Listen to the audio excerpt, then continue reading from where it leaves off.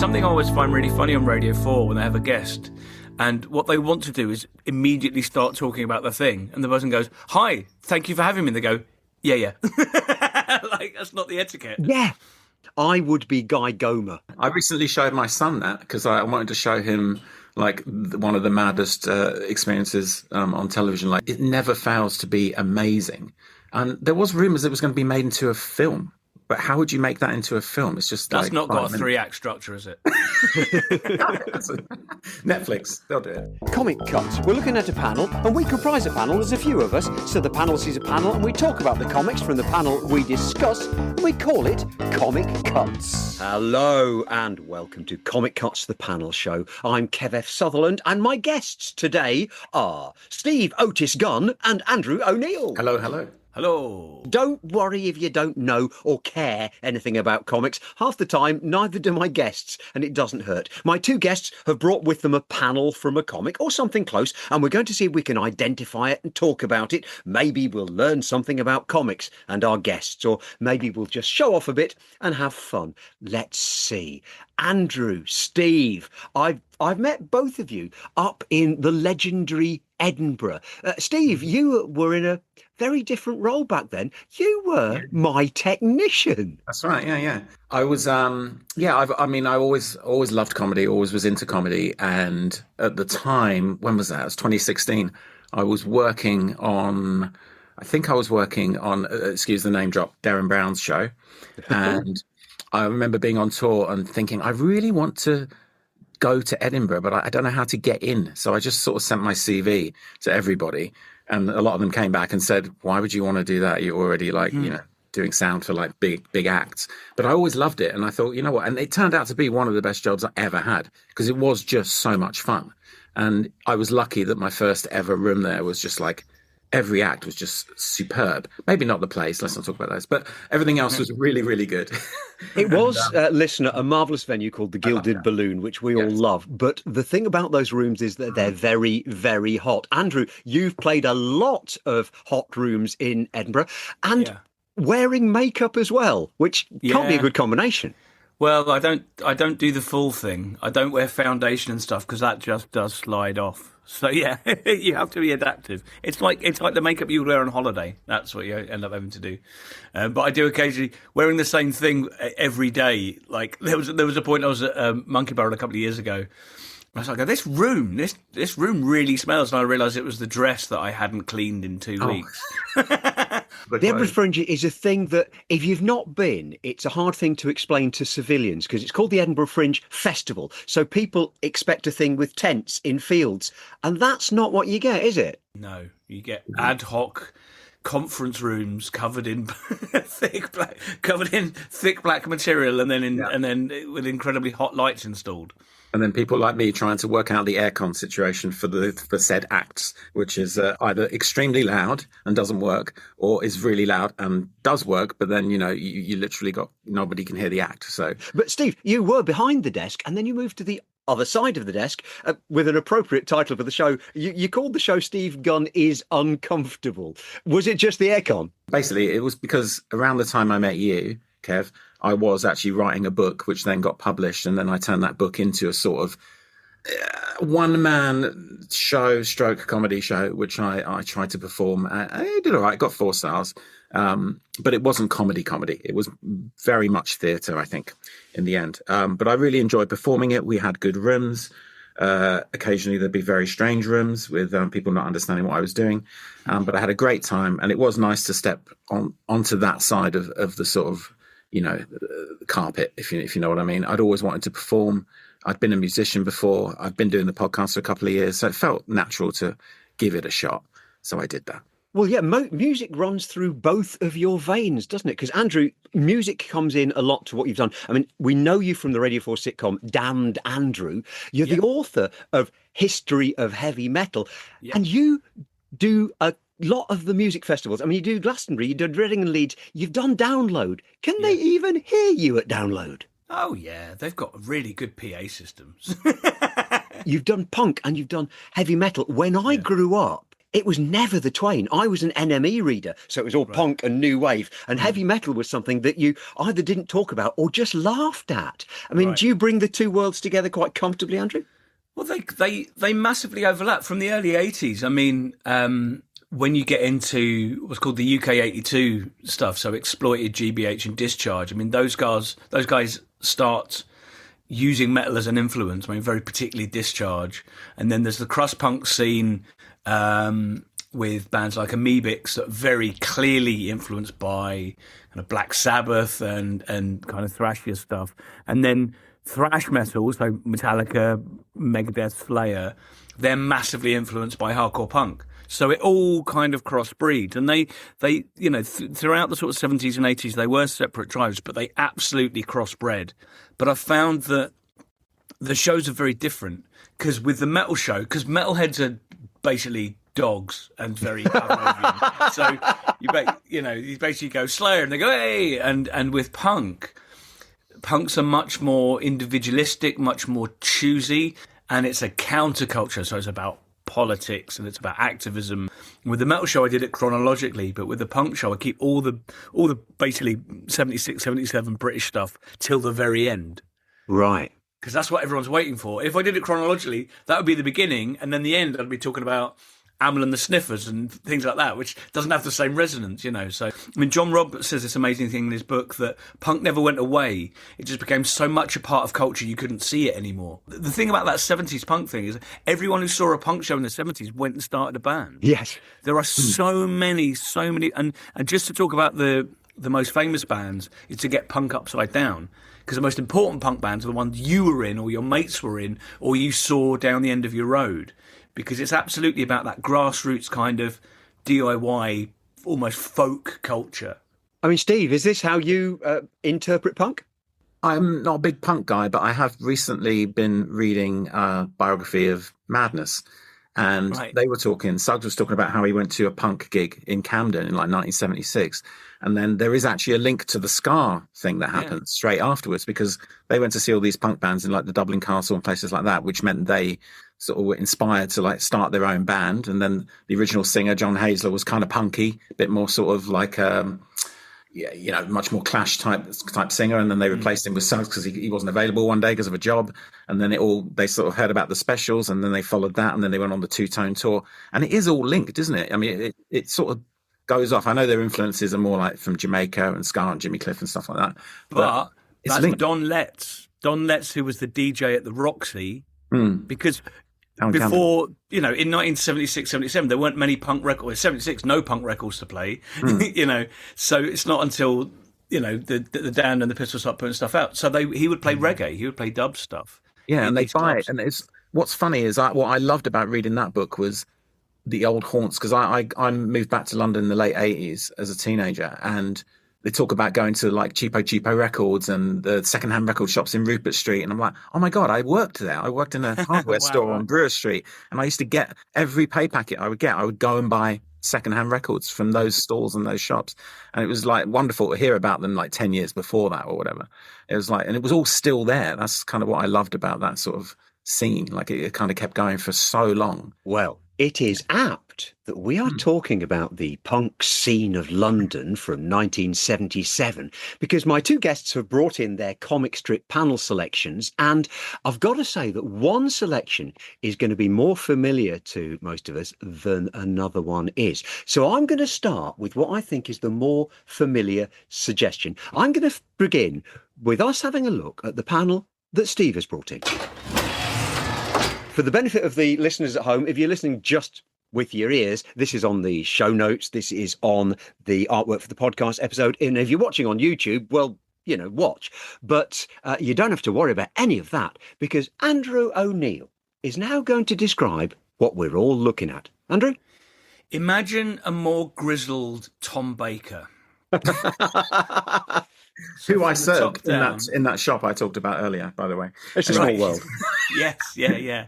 So imagine Tom Baker's head, but with a flatter nose and a squarer jaw, and then there's a sort of there's armor, and there's So he's wearing armor, and it's got a nice rounded 70s feel to it, and then there's a huge in quite sort of a brilliant perspective. There's a gun. There's a laser gun that's kind of it's coming out the panel, and it's also crossing over into another panel, producing a wonderful 3D effect. He's got a stripy top underneath his armor. It looks like another gun in a holster, and he's saying, "Drop those guns or I drop you," in what I can only imagine is a grizzled voice. It's got to be a grizzled voice. For the benefit of the people who study line art and technique, the panelologists, I can tell you this is drawn with line on paper. It's from the days before any Photoshop or any such technology.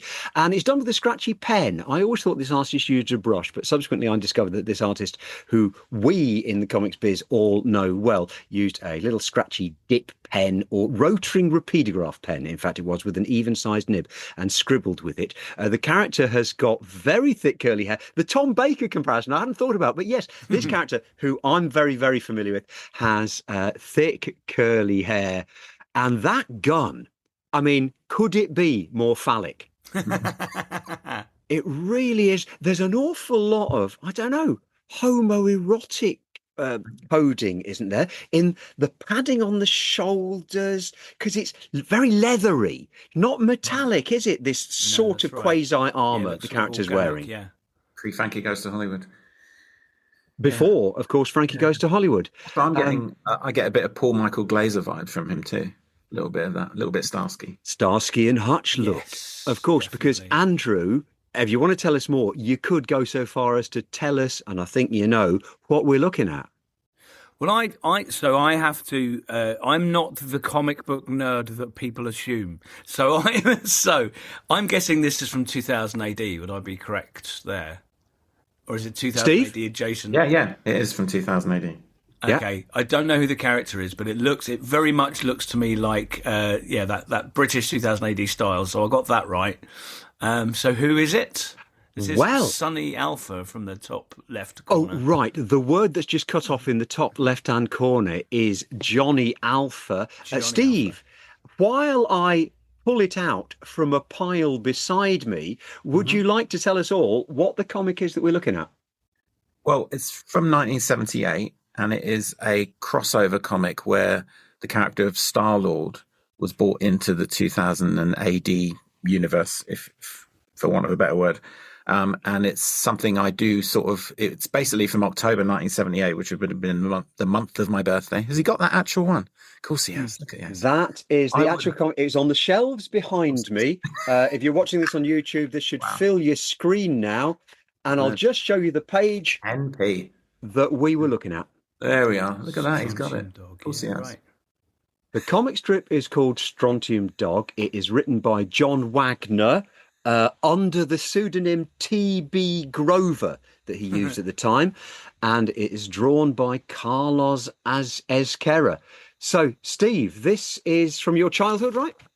I'm not a big comic nerd at all, but there was a time I lived in Ireland when I was 8 when this comic would have come out, and I didn't really buy comics, but one of the few things my father used to get me were these comics, and he would bring them home. Every 2 weeks, every week? When were they? Every week. Every week. And I can't believe how cheap they were. 10p. Everything was 10p, wasn't it? The bus, the crisps, everything was 10p. But yeah, I used to really look forward to these comics, and they were sort of a bit of a solace for me in Ireland. I'd moved from London to Ireland as a London kid, and I was suddenly out in the middle of nowhere in a very rural part of Ireland. Whereabouts? It was in Tralee, actually, outskirts of Tralee and Kerry. And I used to we lived in this very old building called Lamb House, which was hundreds of years old. And if there were ghosts, they would have been there. I would have seen them. So I don't think they exist. This was like a really, really old sort of stables turned into flats. And I just remember that being the thing I would look forward to most every week. And I never had like a great relationship with my dad. In fact, he was quite abusive, but the only thing that he did that was nice that I can really remember is bring me these magazines. And I think in some way to say sorry for maybe his anger and things like that. So for me, they've always been 2000 AD has always been that. It's been that sort of, a sort of home, an escape. We didn't even have videos then, did we? I remember watching the Hulk on TV. Used to watch the Hulk on TV, the Muppet Show, and read 2000 AD, and that was it. That was my escape. There were some Marvel comics that arrived soon after we moved house, and then I got a lot of Captain America, and I used to draw a bit not like you, obviously, Kev, but I used to draw really well, like freehand, and I draw Captain America really well. And I don't know if you want this on here; it's a bit dark, but I remember really enjoying drawing and really enjoying drawing cartoon panels and making up my own stories. And then one day when I was about 9, my dad turned to me and he said, "Why are you still drawing?" And I was like, "Well, I really, really enjoy it." He goes, No. "Well, you've already got as good as you're going to get. Why bother with that? Just do something else. It's a waste of your time." And I was like, "Huh?" So we got all the comics and they all got taken to somewhere and given to other kids in the family as all these things happened. So that is traumatic. It's a bit dark, isn't it? But I moved on to Hardy Boys mystery books after that, which I hid under my bed. But yeah, I never really had the comic pile from childhood kept or anything like that. At home, it was just, it was weird. They used to teach me in the middle of the night. My mum would keep me up really late and homeschool me occasionally, teaching me very long words. And it was all very academic. And neither of them were ever academic. But 2000 AD... and comics weren't seen as part of that education. Ironically, because Strontium Dog is very much about outsiders in culture. It's very much about somebody who's been ostracized because they're mutants. And Andrew, you never came across these things. So it's quite interesting, really. One of my regrets is not getting 2000 AD when I was a kid. There's a kid called Bobby who's at the end of his garden met the bottom of my garden, and he every day, so every week he'd walk past with his copy of 2000 AD. I bought one once on my way to a holiday in Mallorca or something, and there was a strip in it about a kid who had, I think, telekinetic abilities, and he was being bullied.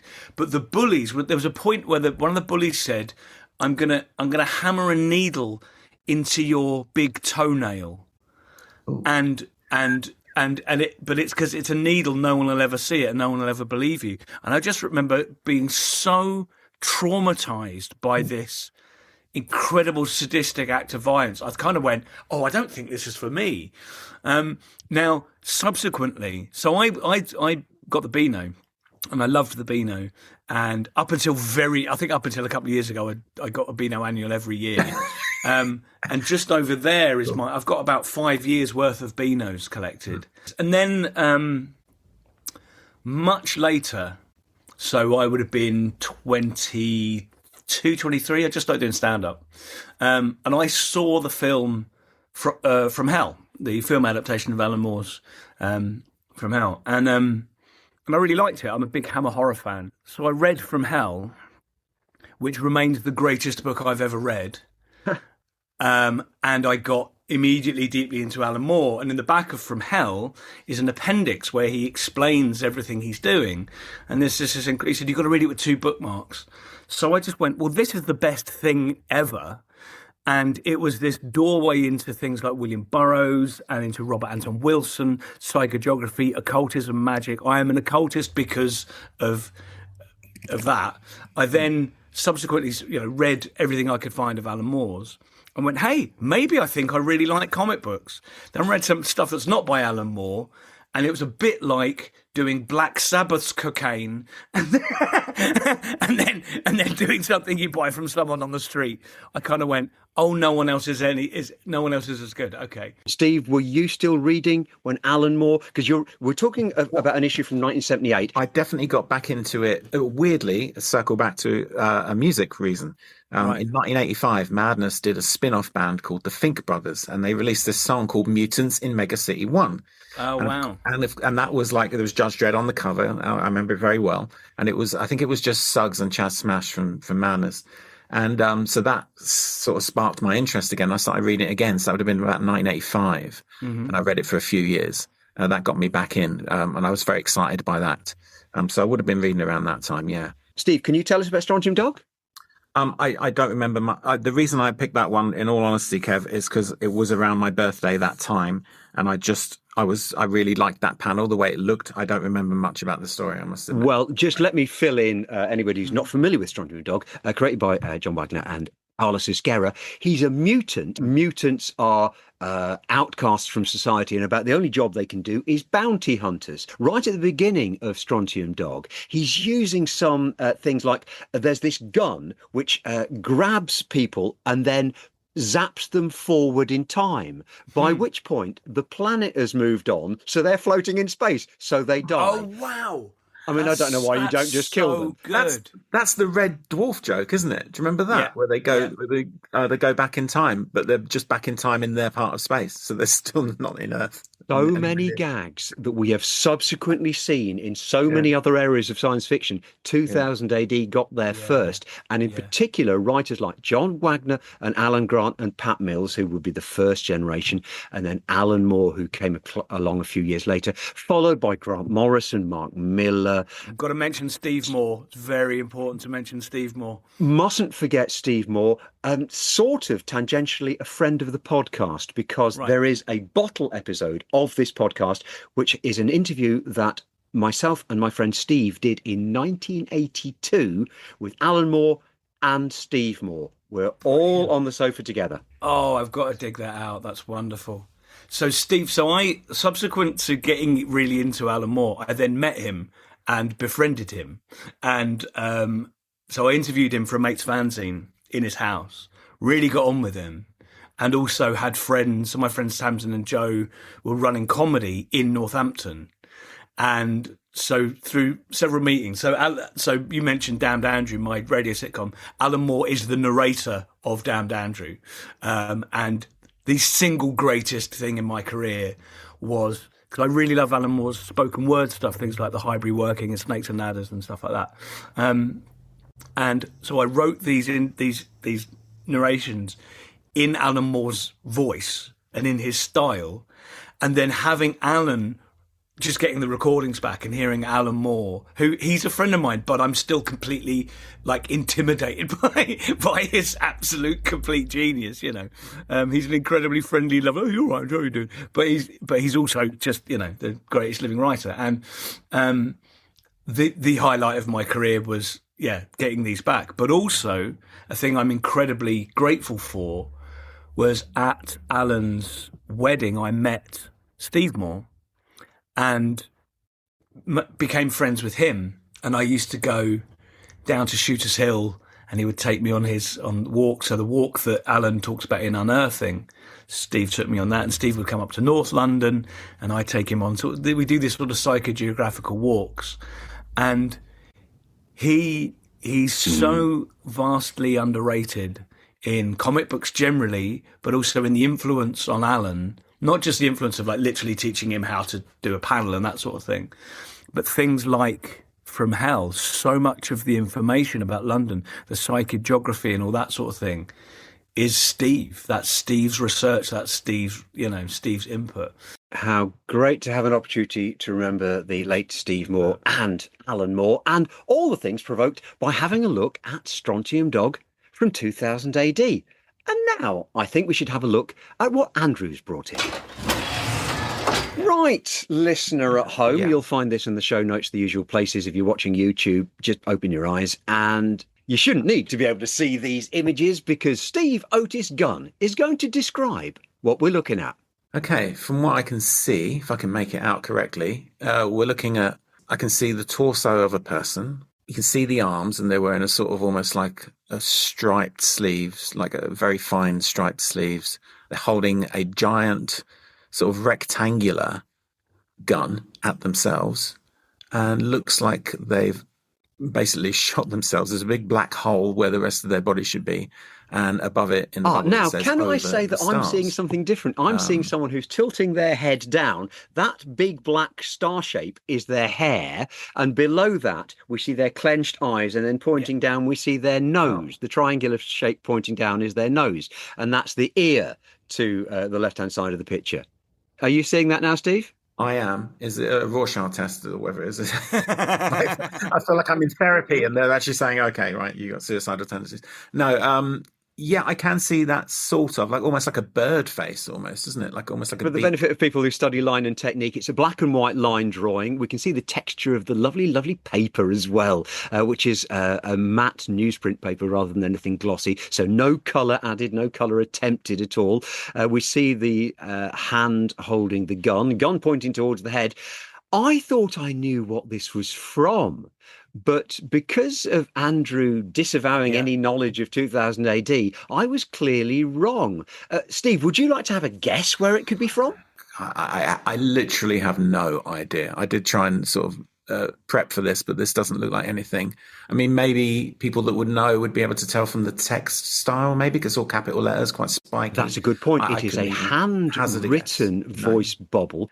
So, Andrew, would you like to tell us what it is? Yeah, I really love the fact that we've both had panels with guns in, and they couldn't be more different, could they? They couldn't be more contrasting, and it's turned on himself. So this is issue 1 of Johnny the Homicidal Maniac by Jonan Vasquez.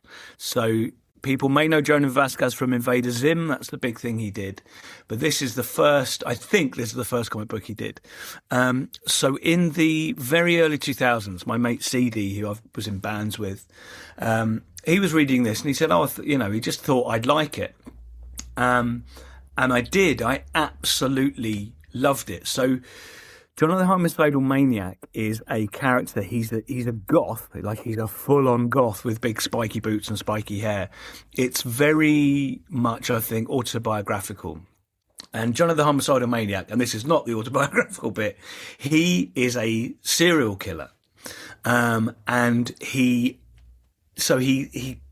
commits copious and elaborate murders. And he kidnaps people and he tortures people and he's always killing people. But he can't get caught and he doesn't know why. He keeps getting away with it. And inside his house, beneath his house, suburban American clapboard house, is a cellar, and the cellar is absolutely vast. And on one of the walls of the cellar is painted with blood. And Johnny knows for some reason he has to keep the wall painted. He has to keep the wall wet with blood. And eventually, over the course of the series, Lovecraftian, impossibly huge, vast, cosmic horror comes through that wall. And then after this, he did a comic called I Feel Sick, which features a character called Devi, who interacts a little bit with him. And then one called Squee. And Squee is a little boy who's actually in this episode. He's a little boy with awful parents. Who gets visited by Johnny, and then eventually Squee gets visited by aliens. And Squee is very cute, and Squee, by the time you get to that, his style has developed, and it's a lot closer to what we see in Invader Zim. But the style of Johnny is very scratchy and very chaotic. It's very controlled, and his things like his panel style is. There's one lesson I learned, I think, between good comics and bad comics. And actually, when I was reading Alan Moore's Swamp Thing. So when Alan revived Swamp Thing, and I was reading it and thinking that this is, beautiful and wonderful. And I was reading it issue by issue. A friend had them, the originals. And then I read one, and what Alan Moore often does, and Jonan Vasquez is similar, they make you work. They don't spoon feed you everything. You can read not really knowing where you are, and then all of a sudden it'll tie up and there's a sure hand on the tiller, really good storytelling sense. And this particular issue of Swamp Thing, I kind of went, this isn't very good, and then I looked at it and it was the first one that Alan Moore hadn't written in that series. And I have a thing, I don't know if I have ADHD. There are certain styles, so underground comics, I find very difficult to pass. I'll look and I don't know what I'm looking at. And like the Transformers movies, the CGI, I can't pass what I'm supposed to be looking at. But Jonan Vasquez, you know where you are, you know where you're supposed to be. He's controlling your attention. You're reading things at the right time. You're passing things at the right time. And he will do a thing where it will lead up to a double-page spread. And it's it's a really sure hand on the tiller in terms of using the page for storytelling. It could be part of being a writer and an artist, because that was a big part of Alan Moore's stuff. When Alan and Steve were working on The Stars, My Degradation in Sounds newspaper, Steve was writing it and Alan was drawing it. So he starts off as an artist, essentially. But then when Alan Moore is working with other artists, he's frequently starting off visually and making a lot of suggestions about where, like, for example, the page turn. He spoke a lot about this in fanzine articles at the time, about how writers before him hadn't really used the page turn, which, of course, the comics have this visual thing that they can do that you can hardly do. Well, you probably can't do it in any other medium. You can wait until the reader has to pull it over, and then there's a big picture. Absolutely. And also that thing of using echoes, so using symmetry. And you know, he will do a thing where the bottom right panel is quoted in the top left panel, so that as you turn the page, he talks about this in How to Write Comics. As you turn, he says the point at which you will lose a reader is when they turn the page. So if you make the panel resonate with the previous one, and I think that's a beautiful thing as well. And I now feel I've outgrown this comic. It was very much my early adulthood. It's a very it's a very young adult, and I mean adult, you know, because I was in my early 20s. But there's a thing, definitely around kind of goth culture. There is a sort of there's a gleeful childishness about them. And I suppose it's that sort of, like, you know, the kind of more goths that they have, like teddy bears and stuff hanging from their backpacks and that sort of thing, even into their 20s. And that sort of, and I think these are great, but there's a real sense of humour going through it. And it's funny, that thing where the dark and harsh music I like is always stuff that takes itself extremely seriously. It's always very dry, like Scandinavian black metal. Doesn't have, so Venom, who I also adore, Venom, the not the Spider-Man villain, but the black metal band, the originators of the term black metal.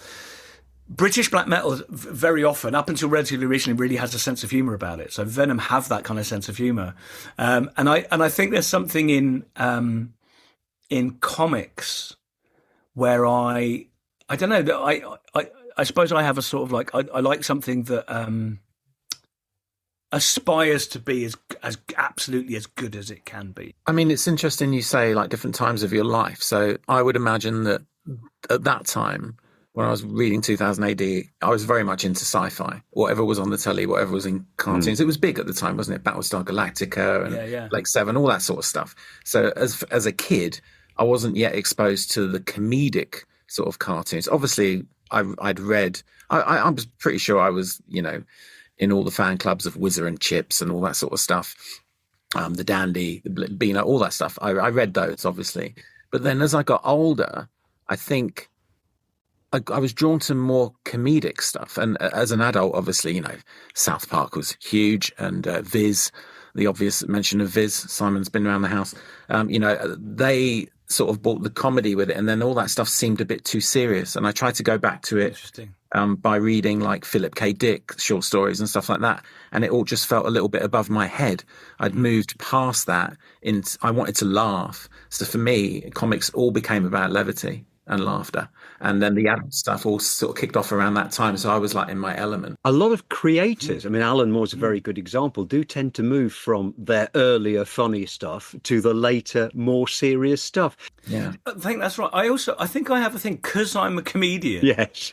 I think I want my other things to not be comedy. I have a slight oily, so people, you know, there are various comedy bands, that comedy metal bands that I love Spinal Tap because it's, you know, absolutely incredible. But things like Steel Panther are kind of like, you know, they're sort of like self-conscious glam band, and I like my metal to be bone dry, dead serious. And I think that's why. I think because I want comedy. I don't know. It's funny. I like, you know, I'm a big old school Doctor Who fan. I still watch it, like following a football team through its ups and downs, you know. But I always like Doctor Who most, I think, when it's aiming at its most adult. And if I were to make Doctor Who, it would probably have the tone of like the early X-Files. It's got some levity in it, but I would like a Doctor Who that of course, that wouldn't be successful. So this is why I'm not going to be given Doctor Who to run. But it's interesting you mentioned those early X-Files, because I tried to rewatch the X-Files from the beginning about 6 months ago. Okay. I didn't get that far, but I've spoken to a lot of people, because I do a podcast about television, who are kind of scarred by the X-Files. I was a little bit older when the X-Files was on. I was in my 20s, so it didn't scar me. But there are people that have that. For me, it would be Doctor Who. It would be scary Doctor Who's that would have got me. I love it. I think it's terrific. The early stuff particularly. I mean, like a lot of things, they didn't have an end point in mind. So it loses its way, and that's the thing when when people don't know. So the way Russell T Davies writes Doctor Who in the Writer's Tale, he talks about how there's a particular thing with the Osterhagen key, and he's writing to these sort of exchanging emails with the editor of Doctor Who magazine, and he's saying, I don't know what the Osterhagen key is yet, and I'm reading this going, that you can't write like that. Don't watch Severance then. They definitely need to have an ending, don't they, when they start these things? Yeah. We've been very interestingly hijacking a couple of comics written by one group of people and talking about comics by other people. Alan Moore has had a fair suck of the sauce stick today, and more credit to him for butting in on everybody else's work. The comics we were looking at were Strontium Dog by John Wagner and Carlos Esquerra from 2000 AD in 1978, and Johnny the Homicidal Maniac by John and Vasquez from when? 1998 is when it was first published, the first issue. Thank you to my guests for bringing those in. Steve, Andrew, where can we find you on the socials? Steve? I don't have personal socials anymore. I just do the podcast, so it's all at TV Times Pod. And Andrew, where do we find you? If you search engine Andrew O'Neill Comedy, you'll find me on various socials. I also have two podcasts. I have The Inadvisable Trapdoor, which is my hauntological cut up weird comedy podcast, and I have a heavy music podcast called Infected Voice, where every week my guest picks one of the greatest heavy albums of all time, and we veer everything from electronica and hip hop to obviously heavy metal and punk and that sort of thing. You have been listening to Comic Cuts, the panel show. Don't forget to like and subscribe, leave a review if you can, and check out the archive of previous episodes. Stick around for a trailer at the end. My name's Kev F. You can find out more and buy my books at kevfcomicartist.com. Thank you once again to Steve Otis Gunn and Andrew O'Neill. Thank you. Thank you very much for having me. Thanks, Kev.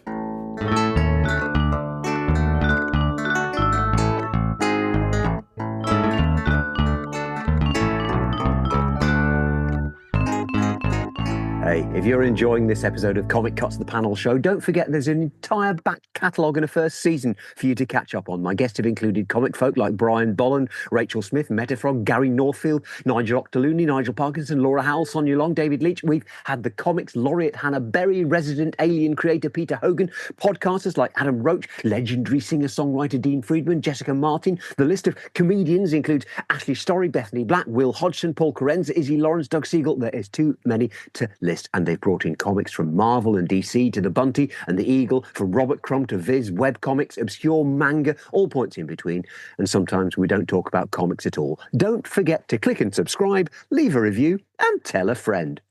For example, what could these two be talking about? Man with a swastika on his shirt. He's got his trousers down, his bum out, and he's standing with his feet in a bucket of pig shit on a stage. There's lots of people looking behind him, and he's saying, oh yes, I can feel it coming out now. Go on, fuck off out of it, you blasted queen.